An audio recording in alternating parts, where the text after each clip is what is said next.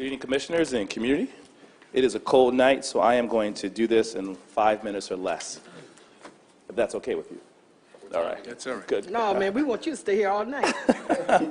All right.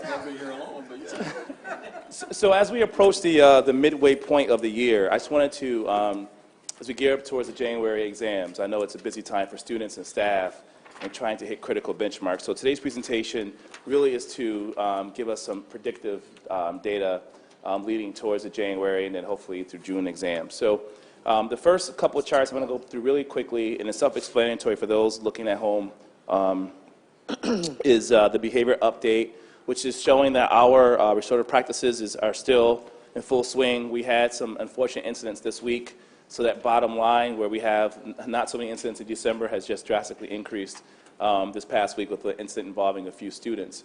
But what I've been most impressed about that incident is the response from the parents and the social workers and the counselors coming together to mitigate the issues before they spill over into the break. And we all know it's when kids often go home is when a lot of the issues, not in their physical home, but into the neighborhoods and around their peers, they're encouraged to take on and do bad things. And this is our counselors and social workers with their parents are really working hard to avoid future incidents. The next few charts are just some of the progress data things that we're tracking. One is our Q1 GPAs. And we know there's a lot of subjectivity in GPAs, but it does show the progress of our students from 2013 to the current, and a lot of the work being done with our support staff and helping kids catch up in their homework and also studying moving forward. One of the key indicators that we focused on last year was that 2015 ninth grade class, the number of students who were retained or held back at ninth grade because they did not have enough credits, 6 credits. That number has drastically decreased over the time. And we're really excited about that because that's an indicator, a leading indicator towards graduation if those students continue to progress as they enter grade 10. And the next slide just kind of shows what those students from ninth grade last year are doing this year as 10th graders. And I'm really excited about some of the preliminary data after the first marking period. There are students who are not being successful, absolutely, and those are kids that we are monitoring closely. But I'm really pleased with the number of students who have 2 core classes passed thus far with PE and higher. That makes up about 70+% of our students. And so our students continue to persist. We have curriculum that is extremely challenging and it's more difficult than they've been used to in the past. And so they require a lot of additional support. But if we're truly going to prepare kids beyond high school, we have to increase the rigor within the classrooms. I mentioned last year that we had an individual who was willing to sponsor students who got accepted to certain higher universities. And we had one student who scored above a 1,300 on the SATs. And so our goal is not to just get kids out of the high school, but to have kids be able to compete in some of those more challenging universities and colleges locally.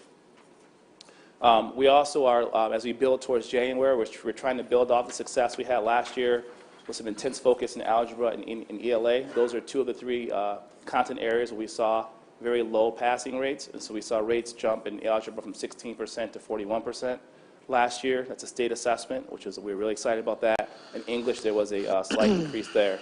Again, clearly not enough for all of our students, but the curriculum that we put in place and some of the PD that you guys have funded over the summer is starting to pay off.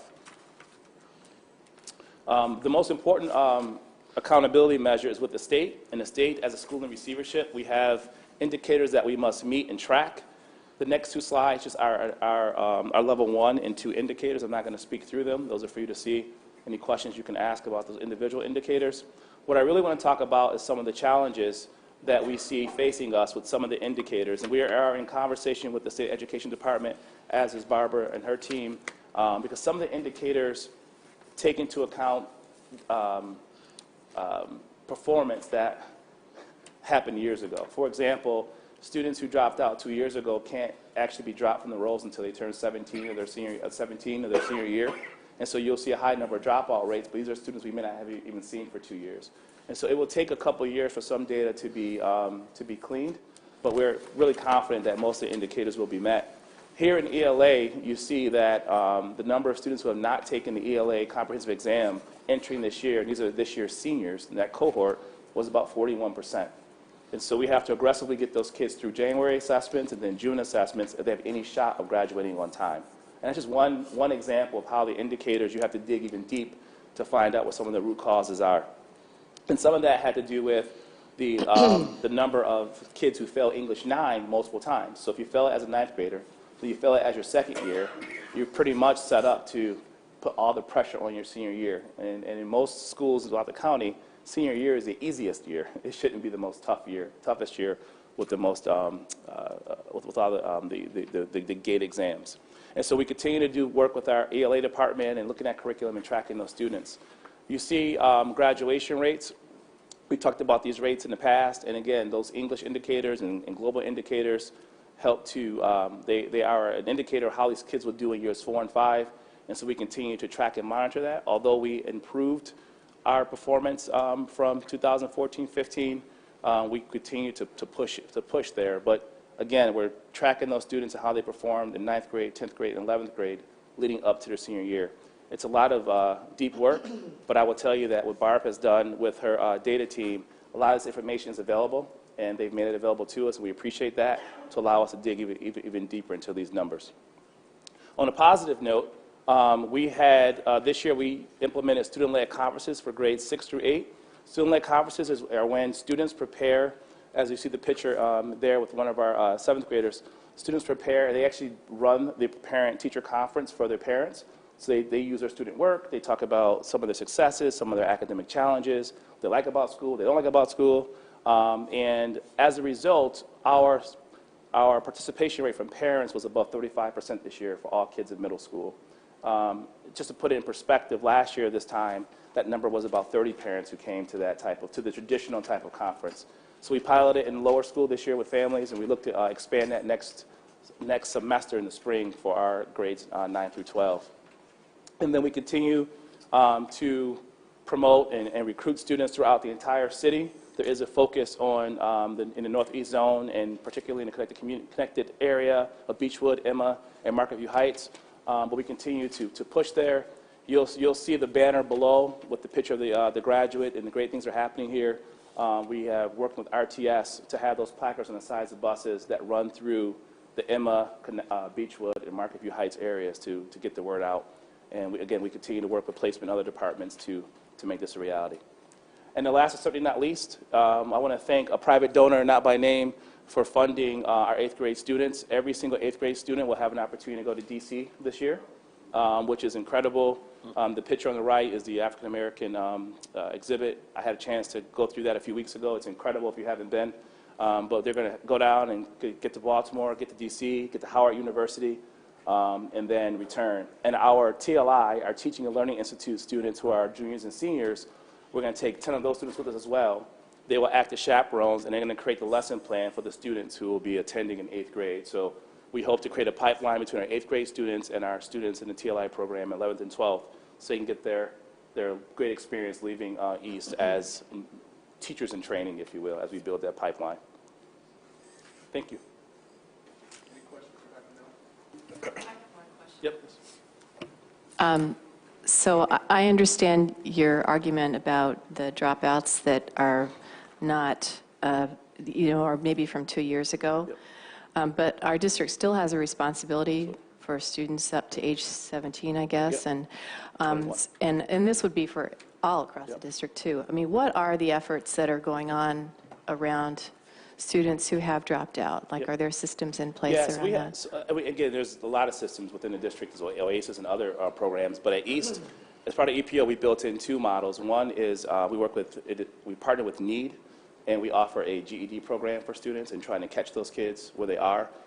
We had, I believe, 4 or 5 students last year get their GED. That number should increase this year. And those are for students who honestly had already left school. And we went out and worked with community leaders who have connections to those students in the community. We also work with probation and others to actually locate the students and to try to re-engage them. So we have not given up on them at all. And we put them in a respectful environment so they're not sitting with 13 and 12-year-olds. And so they're together, they're learning about Rochester history, learning about the importance of becoming positive citizens. We also have a program that we house at East called Quest for those students who took classes, didn't pass. It's like an accelerated online option where some students are there and working as well. So we definitely have not given up on those students. We have a counselor dedicated to just trying to find those students, as well as an attendance clerk, because it's important that they may not at this point want to get a high school degree, but we can give them something that's equivalent or get them in the pipeline for jobs. And that's critical. That's probably the most frustrating part of this job, is not being able to find some of those kids, knowing that there aren't very many options out here, particularly in this community, for students who do not have a high school degree or have job skills. Okay, thank you. Yep. Is this banner, is that ready to go out? Because I would think that should be changed. It sends a different marketing message that I think that it should have, but I could talk to you about that offline. Okay. I don't think it's the right message that you want to convey out there in that particular area. Okay. Fair enough. Any other questions, comments? Dr. Dean Williams? Thank you.